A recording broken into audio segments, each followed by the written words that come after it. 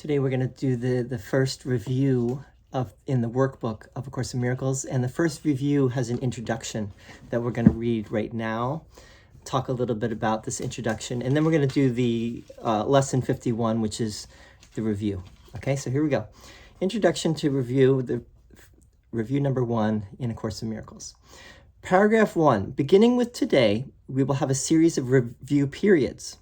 Each of them will cover 5 of the ideas already presented, starting with the first and ending with the 50th. There will be a few short comments after each of the ideas, which you should consider in your review. In the practice periods, the exercises should be done as follows. Paragraph 2. Begin the day by reading the 5 ideas with the comments included. Thereafter, it is not necessary to follow any particular order in considering them, though each one should be practiced at least once. Devote 2 minutes or more to each practice period, thinking about the idea and the related comments after reading them over. Do this as often as possible during the day. If any of the 5 ideas appeals to you more than the others, concentrate on that one. At the end of the day, however, be sure to review all of them once more. Paragraph 3. It is not necessary to cover the comments that follow each idea either literally or thoroughly in the practice periods. Try rather to emphasize the central point and think about it as part of your review of the idea to which it relates. After you have read the idea and the related comments, the exercises should be done with your eyes closed and when you are alone in a quiet place, if possible. Paragraph 4.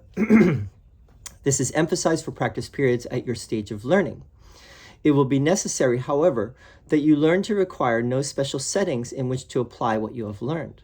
You will need your learning most in situations that appear to be upsetting, rather than in those that already seem to be calm and quiet. The purpose of your learning is to enable you to bring the quiet with you and to heal distress and turmoil. This is not done by avoiding them and seeking a haven of isolation for yourself.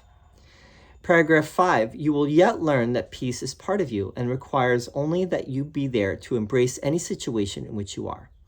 And finally, you will learn that there is no limit to where you are, so that your peace is everywhere as you are. Paragraph 6. You will note that for review purposes, some of the ideas are not given in quite their original form. Use them as they are given here. It is not necessary to return to the original statements, nor to apply the ideas as was suggested then. We are now emphasizing the relationships among the first 50 of the ideas we have covered and the cohesiveness of the thought system to which they are leading you. So we'll go over each paragraph. I think it's first of all just helpful to see the brilliance of what Jesus is doing here is, he's helping us to learn through repetition and review. Right, and to start, he's even changing the wording in these review lessons a little bit. Not the wording of the title of the lesson, like I am sustained by the love of God, for example, which was lesson 50 that we just had. But he's putting some new words underneath the idea to show you that to demonstrate that all of these are connected. There's a connection and a cohesiveness to them. So let's go over each paragraph somewhat briefly, and then we're going to do the review. Okay, so beginning with today, paragraph 1, beginning with today, we will have a series of review periods. Each review period comes at the end of 50 lessons. So at the end of every 50 lessons, there's a review. Each of them will cover 5 of the ideas already presented, starting with the first and ending with the 50th. There will be a few short comments after each of the ideas, which you should consider in your review. In the practice periods, the exercises should be done as follows. Okay, so there's going to be, there's 5 ideas for each review, which means that there's 10 lessons that cover all 50, right? You need 10 to cover. If you're going to do 5 in each lesson, then you need 10 lessons, 10 review lessons. Okay, and after each each lesson, the heading of each lesson, there's something written that you're going to read. Paragraph 2, begin the idea by reading the 5 ideas with the comments included. Thereafter, it is not necessary to follow any particular order in considering them, though each one should be practiced at least once. Devote 2 minutes or more to each practice period, thinking about the idea and the related comments after reading them over. Do this as often as possible during the day. If any one of the 5 ideas appeals to you more than the others, concentrate on that one. At the end of the day, however, be sure to review all of them once more. Okay, so you don't need to do these in any particular order when you're doing your 2-minute reviews throughout the day. You can also focus on one in particular if it really seems to be more useful or helpful to you at that moment, and you can focus on that. But you start with reading all of them, and you end the day with reviewing all of them once again. Paragraph 3, it is not necessary to cover the comments that follow each idea either literally or thoroughly in the practice periods. Try rather to emphasize the central point and think about it as part of your review of the idea to which it relates. After you have read the idea and the related comments, the exercises should be done with your eyes closed and when you are alone in a quiet place, if possible. Okay, so emphasis here on doing this as much as you can throughout the day, but you do it with your eyes closed in a quiet place where you can focus. And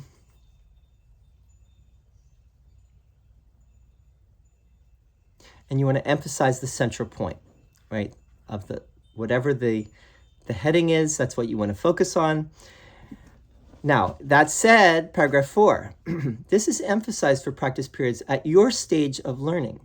So this is, you're at the beginning stage of learning here. If you're doing the workbook at all, you're probably at the beginning stage of working with all of these ideas. And this is not where you'll be eventually. You won't need the training wheels. This is like training wheels that Jesus is giving us. But at this point, this is what you need, and you need some quiet time to do these exercises. But it will be necessary, however, that you learn to require no special settings in which to apply what you have learned. You will need your learning most in situations that appear to be upsetting rather than in those that already seem to be calm and quiet. The purpose of your learning is to enable you to bring the quiet with you and to heal distress and turmoil. This is not done by avoiding them and seeking a haven of isolation for yourself. To me, this is the most important thing that he says here in this whole review, introduction, which is that, okay, I'm giving you the training wheels. This is what you need right now, and the training wheels, what that entails is that you're going to find a quiet place and be with your eyes closed to do these exercises. But eventually, don't lose sight of where we're going with this, which is where you can be in any situation in life, and you don't feel like you need to escape to a safe haven. But you can meet every situation in life, every person, every situation, every distress, every turmoil, every place that is chaotic or hurricane winds are blowing, or life is falling apart around you. People are even hating on you, judging you, attacking you, and you can stand firm in all those situations, no matter what. So this is where we're going with all this, and let's not lose sight of that goal. But at the beginning stages, you might need to escape, right? You might need to get away to have some quiet time for yourself. 5, you will yet learn that peace is part of you and requires only that you be there to embrace any situation which you are. And finally, you will learn that there is no limit to where you are, so that your peace is everywhere as you are. Right? Because peace is everywhere. Love is everywhere. Even in the places where you don't think it is, where you think, this is crazy, I got to get out of here. I got to get away from this. But no, that's where you need it the most, really. And that's where you will eventually discover that it is there too. It is everywhere. Paragraph 6, you will note that for review purposes, some of the ideas are not given in quite their original form. Use them as they are given here. So sometimes Jesus is going to give you comments which are not what he said originally about these things, but you don't want to go back to the original, but you want to go with what he's saying now, because he has a purpose, he has a plan, maybe a plan that we can't understand what his plan is, but he has a pedagogical and methodological reason for doing what he's doing. It is not necessary to return to the original statements, nor to apply the ideas as was suggested then. We are now emphasizing the relationships among the first 50 of the ideas we have covered and the cohesiveness of the thought system to which they are leading you. Remember, that thought system is the thought system of the Holy Spirit. We are learning to lose the thought system of the ego, right? It's like that REM song, "Losing My Religion." We're losing the ego's religion, and we're replacing it with the religion of love, only love. All right, so now lesson 51. Here's the review. The review for today covers the following ideas. Number 1, nothing I see means anything. Remember, that was the first lesson. Nothing I see means anything. The reason this is so is that I see nothing, and nothing has no meaning. It is necessary that I recognize this, that I may learn to see. What I think I see now is taking the place of vision. I must let it go by realizing it has no meaning, so that vision may take its place. So, we're so used to seeing through the ego's eyes, right? Through the conditioning of the ego, and what we see is nothing because the ego is nothing. We see a world that is essentially meaningless and purposeless. But when we see with the vision of the Holy Spirit, or you could say the vision of Christ, or you could even say God's vision, divine vision, then we see truly, and we see meaning, and we see the holy purpose and the holy meaning everywhere. Paragraph 2, I have given what I see all the meaning it has for me. This is the comment. I have judged everywhere I look upon, and it is this and only this I see. This is not vision. It is merely an illusion of reality, because my judgments have been made quite apart from reality. I am willing to recognize the lack of validity in my judgments, because I want to see. My judgments have hurt me, and I do not want to see according to them. So now, why do we not see? What is obscuring our vision? What is the vision of the ego that we're trying to lose? It's the vision that sees with judgment, that makes judgments and thinks that those judgments are true.